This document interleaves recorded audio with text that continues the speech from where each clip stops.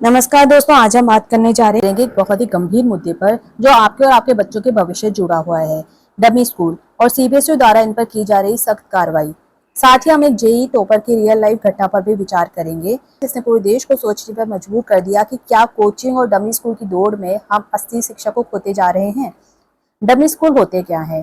Dummy school ऐसे मान्यता प्राप्त स्कूल होते हैं जहां छात्र सिर्फ नाम के लिए एडमिशन लेते हैं, लेकिन असल में वहां पढ़ाई नहीं करते। वे छात्रों को बोर्ड की उपस्थिति दिखाने के लिए फर्जी उपस्थिति, फर्जी प्रैक्टिकल और इंटरनल असेसमेंट दिखाते हैं। इनका मकसद सिर्फ इतना होता है कि छात्र को कोचिंग सेंटर में पूरा समय मिले। स्कूल जितनी भी औपचारिकताएं होती है, फॉर्मेलिटीज होती है, बस दिखावे के लिए होती है।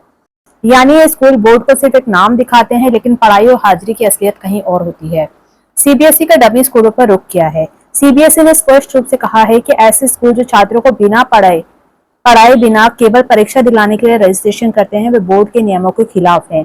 सीबीएसई के नियमों के अनुसार छात्रों की 75% उपस्थिति अनिवार्य है। स्कूलों को नियमित क्लास, प्रैक्टिकल और इंटरनल असेसमेंट करवाने होते हैं। सीबीएसई ने कहा है कि अगर किसी स्कूल में गड़बड़ी पाई जाती है तो उसकी मान्यता रद्द की जा सकती है। अब जेई टॉपर की सच्चाई के बारे में बात करते हैं। हाल ही में जेई मेंस 2024 में 100 परसेंटाइल स्कोर करने वाले एक छात्र ने सभी को चौंका दिया। ये छात्र दिल्ली के एसजीएन पब्लिक स्कूल नांगलोई में रजिस्टर्ड था। लेकिन चौंकाने वाली बात यह है कि ये स्कूल सीबीएसई द्वारा पिछले साल ही डिसएफिलिएट कर दिया गया था। सीबीएसई ने बताया कि हमारी जांच में पाया गया कि एसजीएन स्कूल ऐसे छात्रों को एडमिट कर रहा था जो कभी स्कूल आते ही नहीं थे। ये नियमों का सीधा उल्लंघन था। सीबीएसई की 2 सदस्यीय टीम ने स्कूल का औचक निरीक्षण किया और पाया कि स्कूल सिर्फ कागजों पर छात्रों की उपस्थिति दिखा रहा था और हकीकत में उन्हें कोचिंग सेंटर भेज रहा था। सीबीएसई ने इस टॉपर के केस के बाद साफ शब्दों में कहा, इस प्रकार की शिक्षा पद्धति राष्ट्रीय शिक्षा नीति 2020 एनईपी 2020 की मूल भावना के खिलाफ है। एनईपी 2020 में ये कहा गया है कि शिक्षा केवल परीक्षा पास करने के लिए सीमित नहीं है। छात्रों में क्रिटिकल थिंकिंग, समस्या सुलझाने की क्षमता, प्रॉब्लम सॉल्विंग और सामाजिक विकास जरूरी है और ये सब रेगुलर स्कूलिंग से ही संभव है, केवल कोचिंग से नहीं। अब सबसे ज्यादा अगर डमी स्कूल्स की बात करें तो कहाँ पर है, और डमी स्कूल्स का ज्यादा प्रचलन उन क्षेत्रों में है जहाँ कोचिंग का सबसे बड़ा बाजार होता है। राजस्थान कोटा, उत्तर प्रदेश लखनऊ प्रयागराज, महाराष्ट्र पुणे नागपुर, हरियाणा और दिल्ली एनसीआर, पंजाब और हिमाचल प्रदेश के कई हिस्से जिसमें ऊना और उसके आसपास के क्षेत्र भी शामिल है। इन इलाकों में अक्सर कोचिंग संस्थानों के साथ मिलकर स्कूल एक पैकेज डील देते हैं जिसमें छात्रों को कोचिंग में पढ़ाया जाता है। स्कूल से हाजिरी और बोर्ड की औपचारिकता पूरी की जाती है। फॉर एग्जाम्पल, पंजाब और हिमाचल के बॉर्डर क्षेत्रों से बच्चे कोटा या दिल्ली की कोचिंग्स में पढ़ते हैं, लेकिन स्कूल की उपस्थिति ऊना, जालंधर, लुधियाना या कांगड़ा के किसी स्कूल से दिखाई जाती है। अभी तक क्या कार्रवाई की है सीबीएसई ने? सीबीएसई और राज्य सरकारों ने हाल ही में कई जगहों पर सख्त कदम उठाए हैं। कोटा जो कि राजस्थान में है, 2023 में 10 से अधिक स्कूलों को नोटिस भेजे गए। प्रयागराज उत्तर प्रदेश में कई स्कूलों की मान्यता रद्द की गई।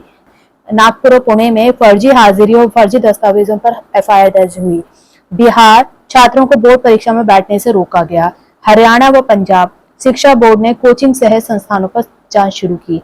सीबीएसई ने राज्यों से स्कूलों का फिजिकल ऑडिट करने को भी कहा है ताकि ये देखा जा सके कि क्या वह पढ़ाई असल में हो रही है या नहीं हो रही है। अब छात्रों को इससे क्या नुकसान हो सकता है?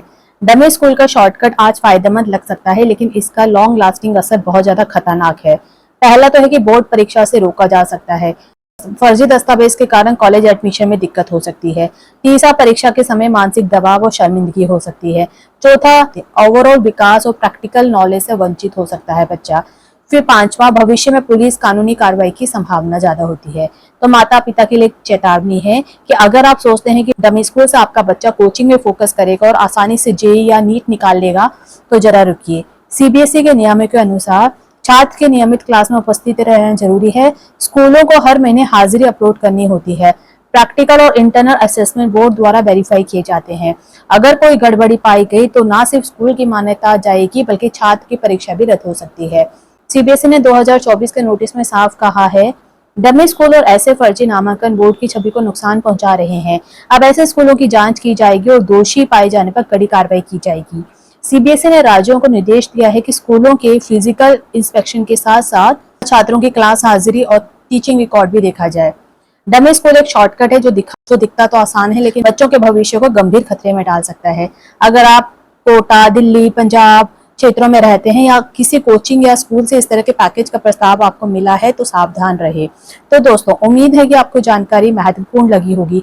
अगर आप चाहते हैं कि ऐसे और लोग इस धोखे से बचें तो इस वीडियो को ज्यादा से ज्यादा शेयर करें, वीडियो को लाइक करें, चैनल को सब्सक्राइब करें और कमेंट करके बताएं कि आपने कभी डमी स्कूल का नाम सुना है।